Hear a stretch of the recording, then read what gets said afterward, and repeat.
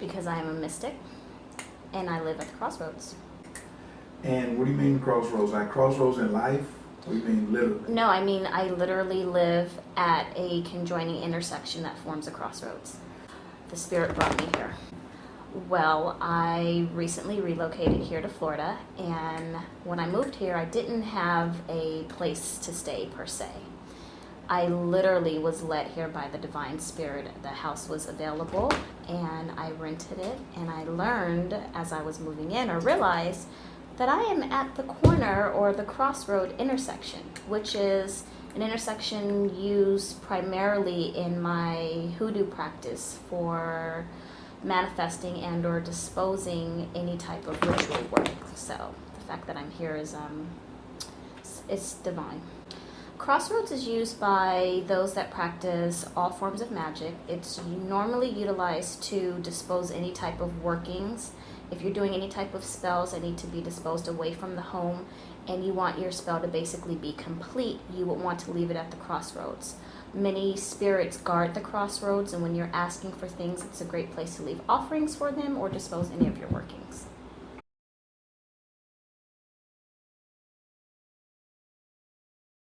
No, I do magic for myself and I do it for those that request it. I think that the term kind of goes hand in hand, because a mystic is one that walks the path of spirituality, that practice various forms of magic. So is a witch. A witch is one that utilizes the energies of the universe and practice various forms of magic. I have been practicing for about 20 years. 50% of people come to me for rituals pertaining to love. I would say another 40% would be pertaining to finances, career changes, new lives, and then the other 10% is all of the in-between.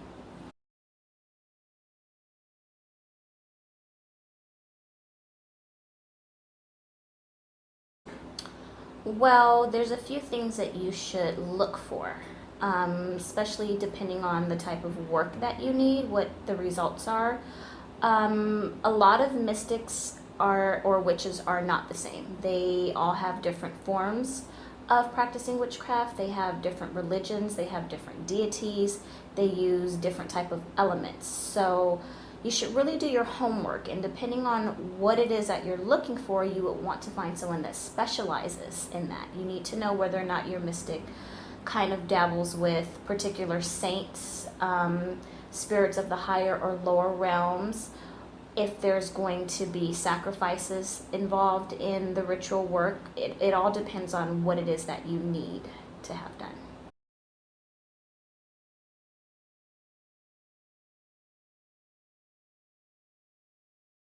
These are my tools, these are my babies. These are the things that I feel every witch, practitioner, or mystic that is going to be doing any type of work should have in their arsenal, which is just very basic elements for practicing magic.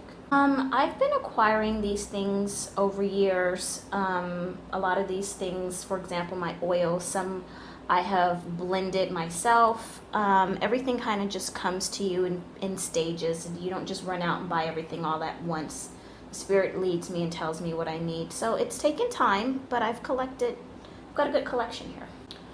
I've been working with tools. I started learning candle magic when I was about 4 years old. So that's when I started, which was over 20 years ago.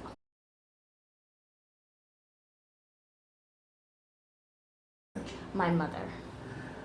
My mother was one of the most advanced mystic / candle root work practitioners in Los Angeles in the late 70s and 80s. And she wanted to share the gift with me, which I naturally had, and teach me ways and techniques to kind of manifest my life the way I want it to be. This is all from experience and being taught how to work with candles, taught how to use anointing oils, taught how to work with tarot cards and other tools of divination.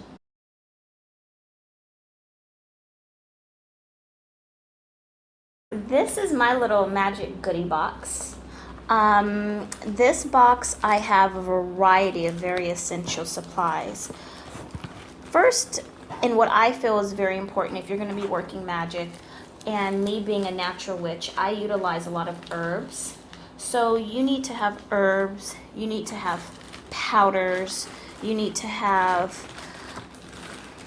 my little bag of money for my money mojos. When working magic, you want to have the elements that manifest the desires that you're looking for. So for example, if I was doing a money spell, I would use bay leaves. Bay leaves are associated with money, wealth, and prosperity. Every good mystic should definitely have an array of oils. Again, those are anointing oils to amplify whatever is the workings that you're doing. These are 7-day vigil candles. If you're going to do any type of magic, you have to have candles. You have to utilize the elements. So these are my elemental representation and the corresponding colors for the type of work that I'm doing.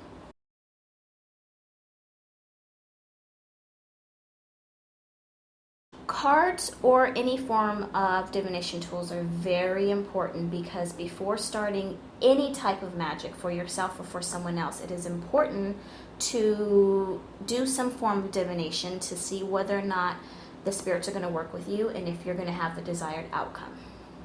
Florida water is a staple and an essential. This is what I like to use to cleanse and consecrate my tools, including myself. Well, all mystics need to have a 7-day candle. This candle specifically channels the 7 spirits that you'll be working with, and the coinciding colors will represent each one of your desires. That is a cauldron. All mystics should have a cauldron. You need something to burn your herbs and incense in. All mystics should have a ritual tray. You perform various rituals on them. I use a different tray for different rituals. This is a personal prosperity ritual, and that's what this tray is utilized for, and that's all it will ever be utilized for. All mystics should have cinnamon in their arsenal. Cinnamon is a spice well known for wealth and prosperity. It adds a little kick to your rituals. All mystics should have an array of herbs and spices. These are all utilized to amplify your workings.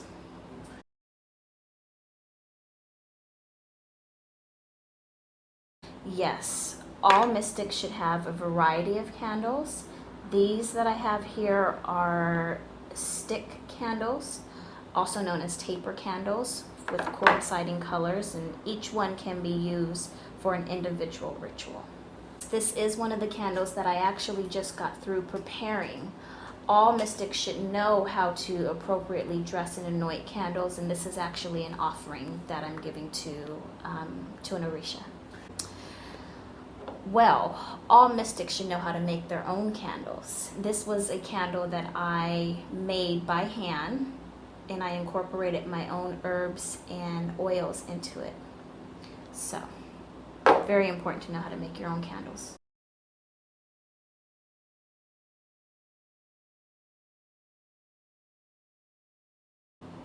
Then I would say that mystic may not necessarily be able to produce the results that you need. You do not have to necessarily have anything. However, if you want the specific results that you want, having these tools amplifies your work and guarantees that you're going to get the results that you need.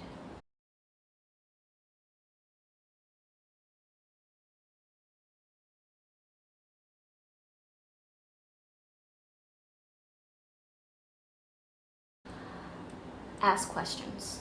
Ask your mystic, what do they practice, who do they work with, and what supplies do they use. Experience. You need to make sure that that mystic is someone that has been practicing for a long time. And your mystic the first thing they should tell you is that they are going to do a cleansing and protection ritual for you and for themselves prior to starting any work. If a mystic goes into working your magic and has not offered to do any form of divination and or has not offered to do any type of ritual of protection, you should not work with them. When picking a mystic, you need to feel comfortable with them. You need to follow your own intuition. No matter how famous a mystic is, if you have any reservations about working with them, don't work with them.